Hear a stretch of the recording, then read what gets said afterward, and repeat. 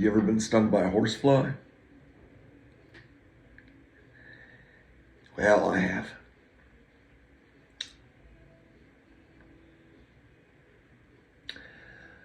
And if you've ever dropped acid but haven't been stung by a horsefly, I think I have that right, then this analogy will suit you. If you've dropped acid but never been stung by a horsefly but been stung by a wasp, how's that?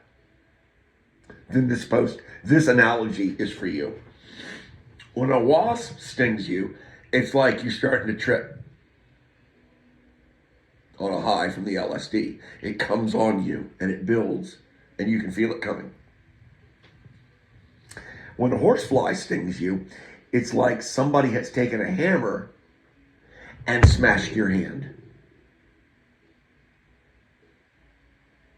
Okay. We all have a frame, a common, hopefully all of the people that have ever taken LSD at least have a common frame of reference here. Well, that was the swan song, if you will, or the summation to my pool party with 2 children. I being in my late 30s, early 40s, late 30s, early 40s, and 2 young children. We were having a pool party. No, it was not a Palico pool party. I know, I just had to say it. That was another story altogether, yeah. So cruising on ships, yeah. And so we were having a pool party and splashing water, and there's floats, and there's, Marco Polo, and there's me who is now hoarse. I can no longer talk. I know. That was probably, a lot of you are like, God, I wish I could have been there for that moment.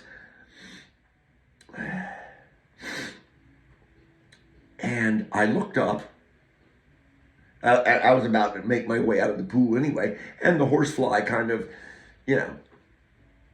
said bon voyage, if you will, from the pool. But I remember looking up and the mother looking at me with a sense of, she was running a diagnostic in that moment on both of us.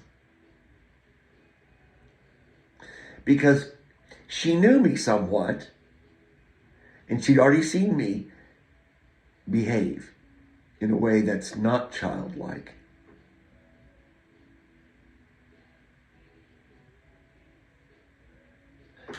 I'm glad we retook this. That's a lot better coming out like that, yeah. I walked the tightrope between ego and self-immolation. Somehow. I walked the tightrope between, feathers and self-immolation. Interesting, this walk, this life. She looks at me and she has this look of just not understanding what she's seeing. It is my favorite memory of Santa Bobby's family. Because in that moment, I realized that she saw me as a child. And it pleased me greatly. That is my favorite memory of the Santa Bobby household. Now that I'm done blowing smoke up my butt, let me tell you about Santa Bobby. Well, why do I call him Santa Bobby? That's a good question. I want you to picture the prototypical white Caucasian Santa Claus. Storybook, big bellied, black boots. Okay, stop. That's Santa. That's Bob. He used to gig during the season for some extra spending money, okay? Yeah, that's how Santa Bobby we're talking here.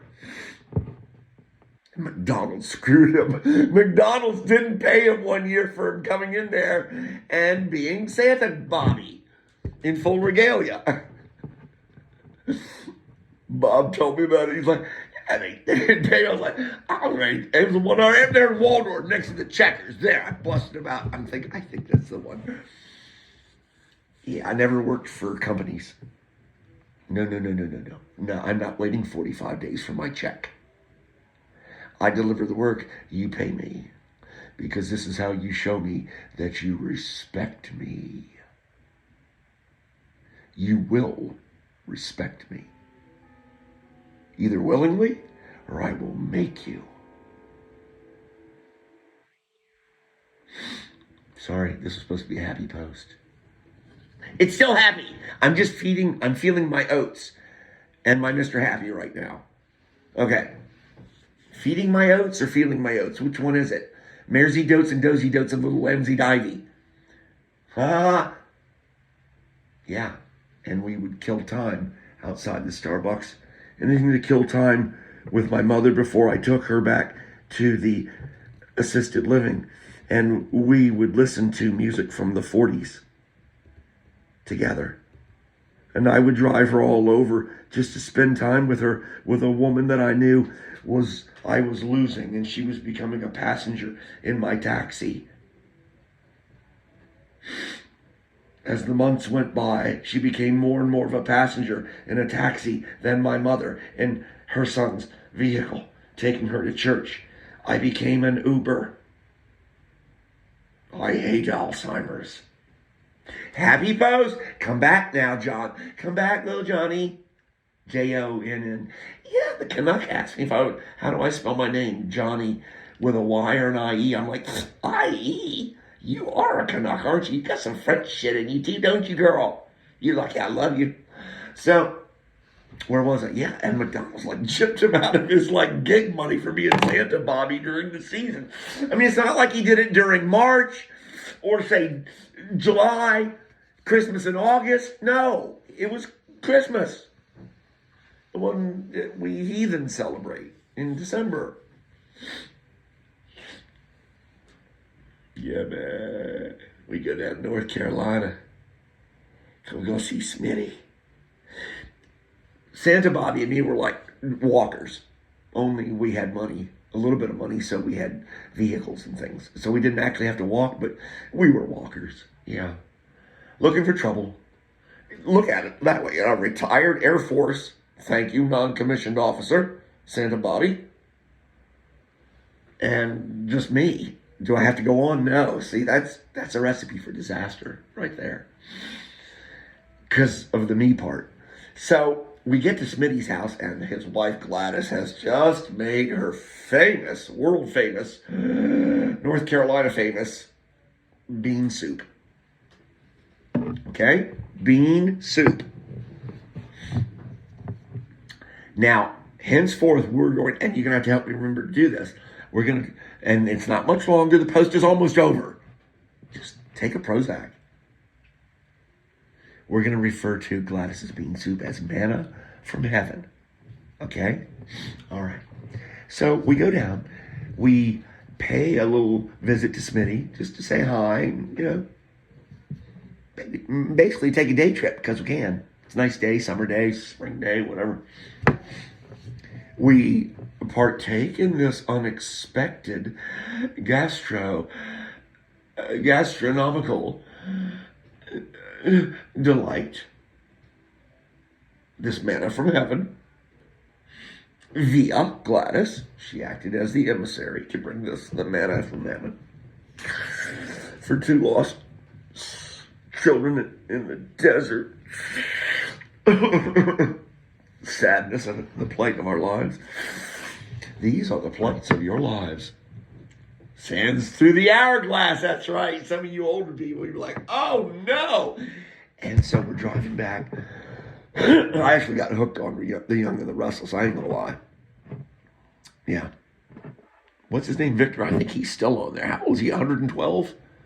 And how many women has he had on there, on Days of Art, Young and the Restless? And so we're driving back, and, you know, the manna from heaven kind of, it's going to do what it's going to do. It's going to settle, okay, like dew, only in my intestines, in this case, okay? It's been turned into chyme, it's gotten past the duodenum, it's well into the small intestines, and it's probably entering the large intestines by this point. There. Happy? Good. Okay. So, poot. Little poot came out. Now, it was SBV. It was silent but violent. But it was a poot nonetheless, and it was a poot of manna from heaven. Oh, yeah. It had authority, let me tell you. And I remember as I squeezed it off, I'm like, this could not go well. Maybe you should start doing the window now. I'm like, come on, it's not. How bad could it smell? Come on, it's manna from heaven. How bad can it smell? Oh, I got to give the guy props. Because at that point, I'm trying to look for distractions, too. I'm reaching for the Muzak version of A Whiter Shade of Pale. I know, right? Whoa, instrumental Muzak beat.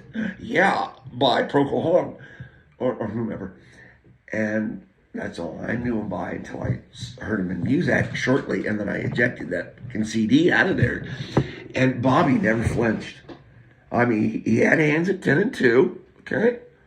This is a safe, courteous, defensive driver, but when I let one go out of the barn, 2 or 3 seconds later, I saw Bobby's hand go for the windows on the door, and whoop, all the windows came down, and I knew I was, because there's only 2 of us in there. Yeah. So I tried to think quickly, and I reached for the ice scraper. I know you wouldn't think an ice scraper would come to your mind in a moment like that, but it did mine, and I'll tell you why. I picked up this ice scraper, and I noticed it had one of those handles on it. It's kind of like you dip a wrench into or something like that, and you make like a plastic handle. So, and then when it hardens, it's not really rubber, but it's not really hard either. It's kind of like in between, okay? All right. So I grabbed the ice scraper because I don't want to, I don't want to make eye contact with the driver at this point. And I grabbed the ice scraper and I put it right over top of the window, and I start to raise my window. And I go, hey, Bobby, because I'm trying to dust my trail or my butt. I'm trying to dust something. And I'm like, hey, Bobby, do you think that these windows have sensors on them like garage doors? And he goes, nah, he's a FOMO code. He's a Ford. Needless to say, we're in a minivan, and guess who it's made by? Guy loves Ford. He goes, I said, do you think it's got like them sensors like in garages, so you don't squeeze kittens to death? And he's like, oh, I'm sure it'll stop. It's got a sensor. And I'm like, okay, well, let's find out. And so it gets up to the top, and it contacts the ice scraper, and I've strategically laid it across the glass so that it would contact the handle, obviously. Because I figured that would be a better benchmark to see just how much pressure it can apply. And I heard the electric motors in the door go. And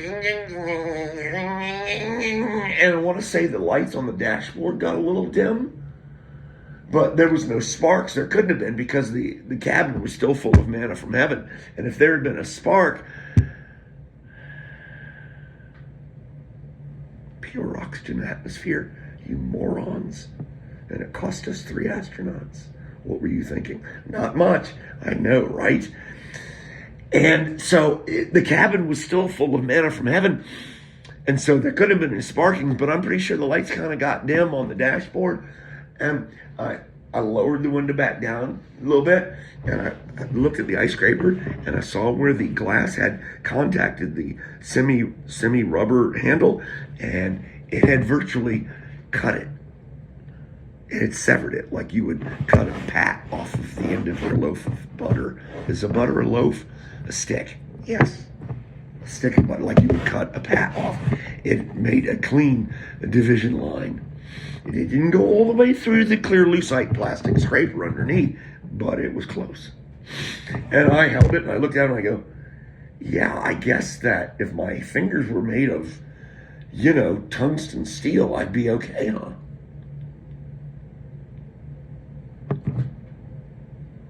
Bob Relihan. Bob Relihan. He died, the doctors said, ultimately from avgas, aviation gas, scarred his lung tissue. He lived to be an old man. We're going to die from something. That's part of the deal. A fine man, and I was and am blessed to know him. He has made my life richer for knowing him. And so to heaven I say to you, Bob Rutland, Merry Christmas, brother.